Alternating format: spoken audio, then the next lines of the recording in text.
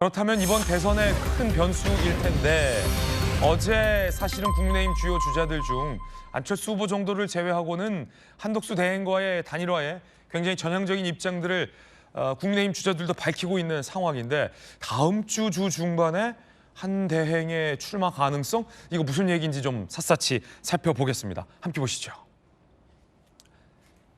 자, 일단 다음 주 일정을 좀 보면 이런 일정들이 예견돼 있습니다. 28일에 한미통상협의 보고가 있고요. 그리고 29일에는 국민의힘의 2차 경선 2강 2명이 압축된다는 거예요. 그리고 29일에는 국무회의가 예정돼 있다는 겁니다. 그리고 공직자 사퇴 기한이 그 다음 주 4일인 걸 감안했을 때 한미통상 보고하고 국무회의 마무리하고 마침 국민의힘의 2강 경선도 좀 마무리됐겠다. 30일이 유력한 거 아니냐라는 일종의 어떤 추측성 그 관측도 좀 섞여 있는 것 같고요. 일단 일정상이 30일이 딱 좋다. 손 없는 날인가요? 일종의 30일이 점쳐지고 있다라는 겁니다. 지금 보니까 이제 정치권에서 일종의 어떤 그 추측성 전망들도 좀 조금 섞여 있는 것 같아요. 그런데 김 교수님, 네. 만약에 비전 전략실장이잖아요. 약간 비전 전략적인 관점에서 봤을 때 출마 선언을 한다면 만약에 안 하실 수도 있겠지만 네. 한다면 30일이 손 없는 날이긴 해요. 일정상으로는 가장 무난한 날짜죠. 그죠? 왜냐하면 이제 사퇴 시한이 있습니다만 거기에 임박해서 하는 건 좀 그렇잖아요. 없어 보이고. 예, 그러니까 오히려 사퇴를 며칠 남겨놓은 상태가 제일 좋고요. 그다음에 우리 당의 일정들이 지금 정해진 게 있기 때문에 네네. 29일이면은 2명으로 추려지는 이제 경선 결과가 발표가 되고 그 다음 날 한 번 토론회하고 바로 그 다음 여론조사에서 5월 3일이면 또 전당대회를 열어가지고 네네. 최종 후보를 선출을 합니다. 그러니까 5월 3일도 피해야 되고요. 또 주말은 피해야 되는 게 좋죠. 그렇다고 하면 사실상 그 국무회의가 있었던 화요일이 지나고 난 수요일 정도나 목요일 정도가 아마 네. 가장 좋은 날짜가 아닐까. 개인적으로 제가 만약에 한덕수 대행의 이치라고 예. 한다면 그래서 아마 이제 일각에서 저런 날짜가 주중에 되지 않을까 지금 추측하는 것 같은데 네네. 중요한 건 결심이 섰느냐 안 섰느냐일 텐데요. 이제 시간이 얼마 네, 없어요. 근데 4일 전까지는 결심해야 돼요. 지금의 분위기나 관측으로 봐서는 결심은 네네. 상당히 쓰신 것 같아요. 그렇군요. 그리고 우리 당의 후보들 중에서도 29일 날 그 화요일 날 2명으로 추려지는데 네네. 좀 이따 나오겠습니다만 이제 4명 올라간 분 중에 안철수 후보 빼고는 다 언제든지 한덕수 후보 환영합니다. 이렇게 지금 되어 있는 상황이기 때문에 화요일 날 안철수 후보가 올라갈 가능성보다는 나머지 3분 중에 2분이 올라갈 가능성이 높잖아요. 또 모르죠. 물었죠. 물론. 네네. 그렇기 때문에 화요일이 지난 다음에 한덕수 총리께서 조금 더 홀가분 마음으로 자신이 등판하기를 바라고 있는 그런 국민의힘 지지층들이나 후보들에게 훨씬 더 편안한 마음으로 수요일이나 목요일쯤에 출마 선언할 예. 가능성이 제일 높지 않을까 이런 아마 관측들이 나오는 것 같습니다. 그렇군요. 어제 국회에서 한 대행이 시정연설을 했는데 오늘 두 분이 그 현장에서 시정연설을 들으셨어요. 우리 박정 의원님과 주진우 의원님이 들으셨는데 느낌을 좀 여쭤볼게요. 그 어떤 필 딱 들었을 때 대행이 이거는 결심이 섰다라고 느끼셨는지 아직 좀 고민 중인 것 같다라고 판단되시는지 일단은 박정 의원님은 어떻게 시정연설 들어보면 딱 느낌 알잖아요. 우리 한덕수 국무총리께서 늘 국회에 오셔서 답변하실 때 보면은 힘이 없으세요. 그런데 어제는 굉장히 힘을 줘서 이렇게 말씀하시더라고요. 그래서 어젠 달랐다. 마음이 좀 섰구나 네. 이런 느낌이 있었습니다. 예. 거기에 좀 그 민주당이 반응을 보여줬으면 좋겠는데 반응을 네. 안 보여주니까 그거에 대한 약간 실망한 감도 있었고요. 근데 그럼에도 불구하고 변수가 있다고 생각합니다. 네. 29일 날 국민의힘 후보가 이제 결정이 되고 나면 네. 이제 한덕수 대행하고의 다시 한번 매치를 생각하시는데 두 가지 변수가 있어요. 하나는 어떤 사람들이 2인 경선에 올라갈 건지. 근데 예를 들어 우리 홍준표 후보하고 한동훈 후보가 올라간다. 그러면 아마 별로 그렇게 마음 쓰지 않을 겁니다. 본인하고의 그 대결점이나 이런 것들 봤을 때 쉽지 않다 이렇게 느낄 거고요. 또 한 가지는 여론조사가 계속 나오고 있는데 이재명 대표의 그 여론조사를 보면 많이 붙지를 못하고 있어요. 그리고 다른 후보들하고 또 보면 30대 29대 27대 24 이렇게 해서 차이점이 없습니다. 결과적으로는 좀 높아야 되고 본인의 지지율이 높아야 되고 또 어떤 후보가 결정되느냐에 따라 달라질 텐데 그런 의미에서 한덕수 총리의 결심이 좀 변수가 있을 수 있다. 이렇게 되고요. 혹시나 이렇게 제 생각에는 총리들 특유의 그런 네. 행정에 대한 마인드를 가지고 이번에 접근하면 결국은 또 그전처럼 불쏘시개가 될 가능성이 높다. 저는 그렇게 보고 있습니다. 그렇군요. 이런 느낌이 굉장히 중요하거든요. 박정 의원이 느끼기에 평소보다 달리 발언에 좀 힘이 있었다. 주진우 의원은 어떻게 느끼셨습니까? 검사 출신이셔서 네, 네. 이게 검사의 촉 이런 게 있거든요. 뭐 검사 출신을 떠나서요. 네. 어제 약간 결연한 의지 같은 게 보이긴 했습니다. 그래요? 예, 그 어떤 있었구나. 그 추경 연설을 하는 과정에서 네. 그것도 굉장히 민생에 중요하지 않습니까? 그래서 민생을 신경 쓰겠다는 의지도 보이면서 굉장히 좀 단호한 모습도 보여서 네네. 저는 어제 연설은 좀 달랐다는 평가에는 동의를 하고요. 네. 다만 민주당이 오히려 그 한덕수 총리에 대해서 좀 출마를 오히려 몰아가고 있는 거 아니냐는 생각이 들 정도로 오. 어제는 좀 민주당도 좀 심했습니다. 예. 그러니까 어제 어쨌든 그 자리는 대통령 권한 대행으로서 이제 나와서 추경에 대해서 설명하는 자리잖아요. 네. 그리고 국회에 대해서 동의를 구하는 자리인데 이 민주당 국회의원들이 고성을 지르는 것은 물론이고 끊임없이 앞에서 야유를 보냈어요. 제가 보니까 잠시도 쉴 틈 없이 계속 야유를 보내더라고요. 그런 면이 굉장히 좀 한덕수 대행 입장에서 좀 불편했던 부분이 있고 지금 제일 중요한 건 이제 대미 협상이거든요. 예. 협상 상황에 따라서 설사 출마를 결심한다라고 하더라도 그 출마 시점에 대해서는 좀 달라질 수가 있는 달라질 수 겁니다. 있다. 네. 그래서 지금 그 대미 외교가 되게 중요한 상황에서 민주당이 대통령 권한 대행 되자마자 탄핵을 해버리고 그리고 또 지금 한참 협상하고 있는데 뭐 고소하겠다 고발하겠다 해서 발목을 잡고 또 협상안이 대한민국 국익을 지키기 위해서 굉장히 합리적으로 나와도 아예 그냥 협상하지 말고 다음 정권으로 넘기라는 식으로 하는데 이게 협상이라는 게 골든타임이 있거든요. 네. 이런 민주당의 어떤 행태들이 복합되면서 지금 오히려 한덕수 대행에 대한 출마를 오히려 몰아가고 있는 거 아니냐. 저는 그렇게 생각합니다. 예. 팩트 체크해야 되니까 아마 박 의원님. 주진우 의원께서 자주 오른쪽에 앉아 계셔서 아마 그렇게 느끼셨을 수도 있는데 고함 치고 한 사람들은 조국 혁신당 의원들이었고요. 민주당 의원들은 고함은 조국 혁신당이었다. 민주당 의원들은 아마도 전략적으로도 네. 그냥 잘 듣는 그런 분위기였습니다. 그 조국 혁신당 의원들은 왜 이렇게 고함을 쳤대요?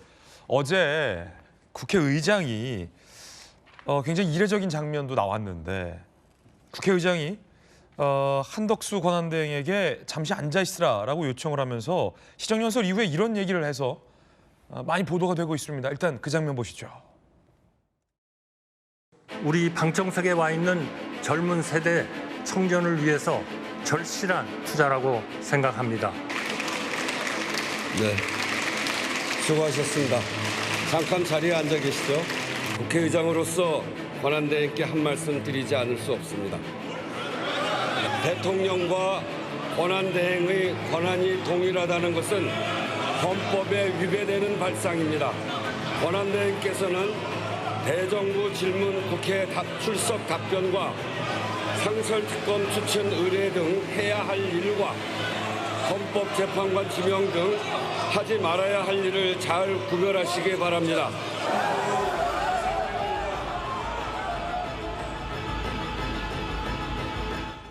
자, 여당 의원들은 반발할 수밖에 없는 그런 상황이었는데요. 우원식 국회의장이 시정연설 마친 후 총리에게 앉아 있으라라고 하고 비판을 면전에서 한 겁니다. 자, 한덕수 대행의 반응은 어땠을까요? 함께 보시죠. 국회의사국 직원이 연설이 끝난 뒤 잠시 앉아 계셔달라 우 의장이 할 말이 있으신 것 같다라고 대행 측에게 얘기를 했다라는 겁니다. 자, 그러자 한 권한 대행이 하실 말씀이 있으면 그냥 하시라고 하라라고 반응을 보였다라는 겁니다. 자, 이 장면 논란의 장면입니다. 양태정 변호사님, 의장이 뭔가 좀 할 말이 있었던 것 같은데 이제 저 방식을 두고 저 장면을 두고 지금 논란이에요. 어떻게 보세요? 사실 어제 우원식 국회의장의 말씀은 사실 틀린 말씀이 하나도 없죠. 사실 지금 대통령 권한대행으로서 한덕수 총리께서 해야 할 일과 하지 말할 일을 잘 구분하지 못하시고 특히 지금 본인께서 차기 이제 정부를 나오기 위한 이제 대선을 공정하게 관리해야 될 중요한 역할을 하고 국정 지금 탄핵 이후에 어려운 국정 안정을 도모해야 되는 그런 역할을 하고 계신데 마치 본인께서 심판인데 선수로 지금 뛰시려는 그런 모습을 보이는 게 너무 안타깝습니다. 특히 이제 일부 언론 보도에 의하면 어제 저런 이제 공개적인 그런 이제 그 대담, 공개적인 발화가 있기 전에 미리 사전에 그 좀 면담을 갖자라고 이제 국회의장실에서 대통령 권한대행 총리실 쪽에 몇 차례 요청이 있었으나 이제 권한대행께서 그거에 대한 답변 없이 거부하셨다고 하시더라고요. 그래서 어쩔 수 없이 저런 이제 직접적으로 이제 시정연설 이후에 저런 공개 발화가 나올 수밖에 없었던 것은 이 모든 것은 다 한덕수 대행께서 자초하신 일이 아닌가 생각이 듭니다. 예. 그럼에도 불구하고 굉장히 이례적인 장면인데 일종의 면전에서 한대행 입장에서 굉장히 모욕적인 상황이다라고도 생각할 수 있을 것 같아요. 이걸 두고 여권에서는 이 민주당 출신의 우원식 의장이 잠정적 대권 주자인 한대행에게 견제를 하는 거 아니냐라는 불쾌한 반응도 좀 나오고 있다고 하는데 어떻게 보세요? 저는 민주당이 저렇게 해주는 게 한덕수 대행의 몸집을 키워주는 거예요. 저는 보세요.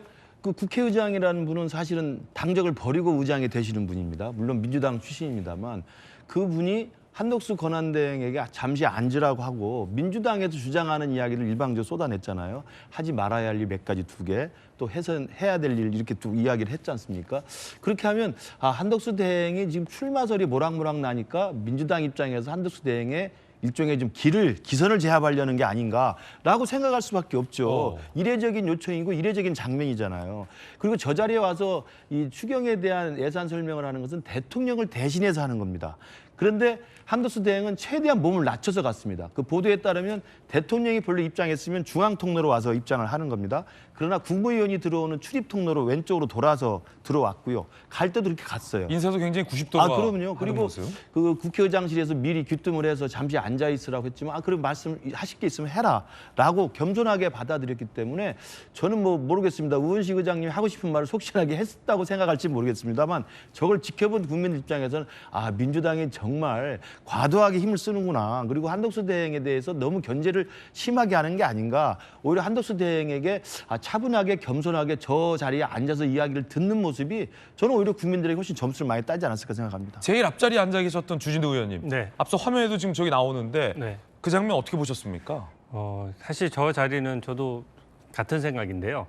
대통령 권한대행으로서의 자리거든요. 그래서 저는 그 한덕수 총리 개인에 대한 존중보다도 그 직위에 대한 존중은 최소한 보였어야 된다라고 봅니다.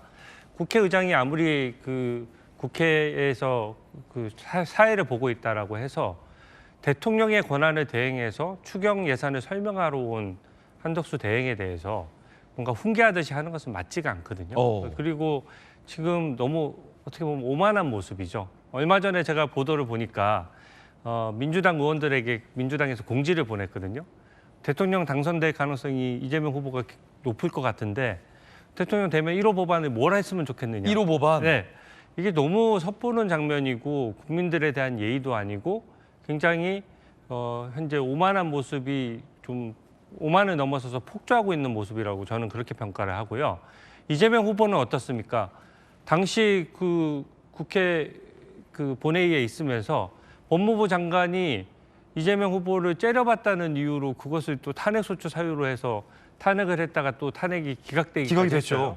그런데 민주당 의원들에 대해서는 그런 식으로 국회 권위를 일방적으로 내세우고 대통령 권한 대행에 대해서 그렇게 무시하고 훈계하는 모습을 보인다면 당장 그 대한민국을 대표해서 미국과 협상하는 데 있어서도 어떻게 보면 뒷다리에 잡는 격이 되는 거 아니겠습니까? 그런 면에서 민주당이 저런 모습을 보인 것은 어떻게 보면 국민들께서 많이 불편하셨을 것 같습니다. 예. 네. 박정호 의원님. 네, 우원식 의장이 굉장히 점잖으신 분인데 왜 저렇게 했냐를 좀 볼 필요가 있어요. 그 배경에 잠깐 면담 시간에 갖자 이렇게 했는데 한덕수 대행이 거부했습니다. 그래서 그런 자리를 안 가, 그 자리에서 풀 수 있는 거였어요. 두 번째는 국회의장으로서 당연히 할 얘기죠. 왜냐하면은 국회 몫에 헌법재판관에 대해서 임명을 안 했어요. 끝까지. 게다가 대통령이 해야 될 일을 헌법재판관 2명을 임명하려고 했어요.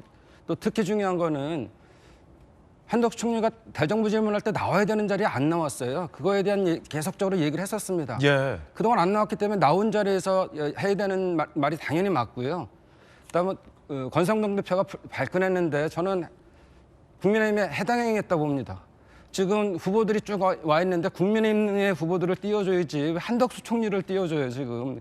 그래서 분위기상으로 한덕수 총리에 대한 뭐 반발에 이런 게 없으니까 갑자기 의장 얘기할 때 권성동 대표 막 앞으로 나와버렸어요. 그리고 분위기를 만들었어요. 그러니까 그런 것들은 좀 정치적으로 볼 게 아니라 국회의장으로서의 행정부 견제, 이거 당연한 거죠. 국민이 알고 싶어 하는데 대표로서 질문하는데 안 나오고 여기서 그냥 시정연설을 하면서의 다음 대통령 가기 위한 그런 자료를 삼았다. 그거에 대한 훈계는 서열 2위입니다. 현재 지금 대통령이 안 계시기 때문에 서열 1위예요. 그리고 행정부와 사법부가 또 국회가 해야 될 일이 역할이 있습니다. 그런 차원에서의 훈계를 했다면 한 것이고 할 말 하려면 했다. 저는 그렇게 생각합니다. 예. 제가 좀 반박을 좀 드려야 되는데 네네. 박정희 의원님 제가 존경하는 분이신데 지금 말씀하신 중에 좀 모순된 점이 있어요. 그러니까 그 한덕수 총리에게 국회의장 우원식 국회의장 요청한 것은 앞뒤가 안 맞는 게 말씀하신 것처럼 미리 사전에 환담을 좀 하자고 주장했다는 거 아닙니까? 그건 한덕수 대행으로서 할 수가 없는 게 통상 대통령이 국회 시정연설 왔을 때 환담할 때는요 여야 대표랑 같이 만나서 하는 겁니다.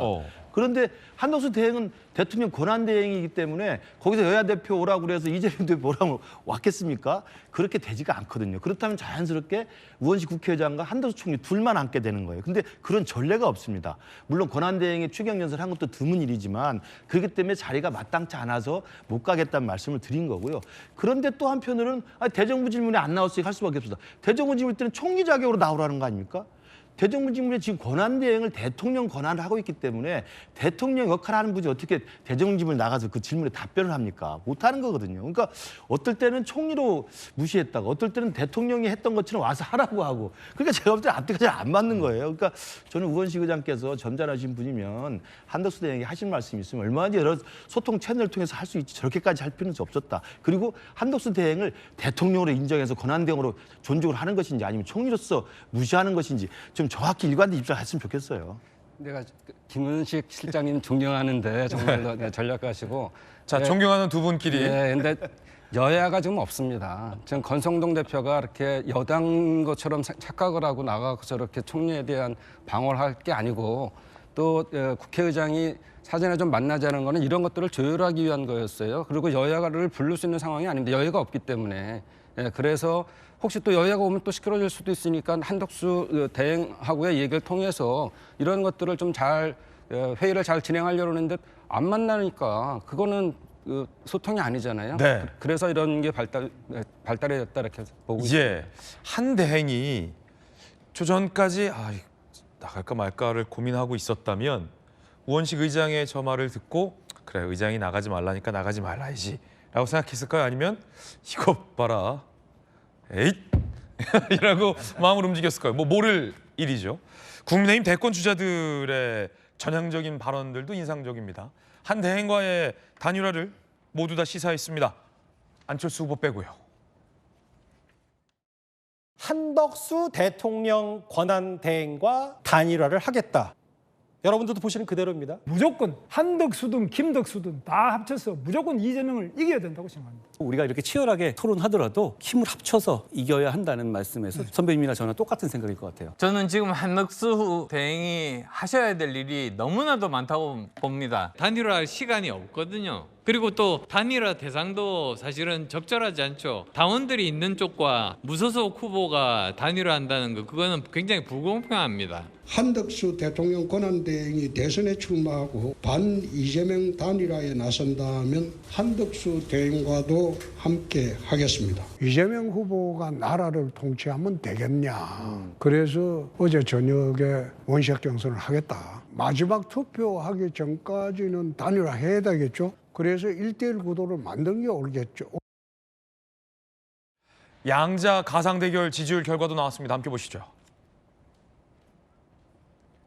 자, 이재명 후보와 양자 대결을 했을 때 이재명 대 김문수 49대 27, 이재명 대 안철수 45대 21, 이재명 대 한동훈 47대 24, 이재명 대 홍준표 46대 29, 이재명 대 한덕수 47대 30의 양자 대결 여론조사 결과도 나와 있습니다. 자, 국민의힘 후보와 한덕수 대행과의 단일화가 필요하느냐라는 여론조사 결과를 보면요. 국민의힘 지지층에서는 83%가 필요하다라고 나왔습니다.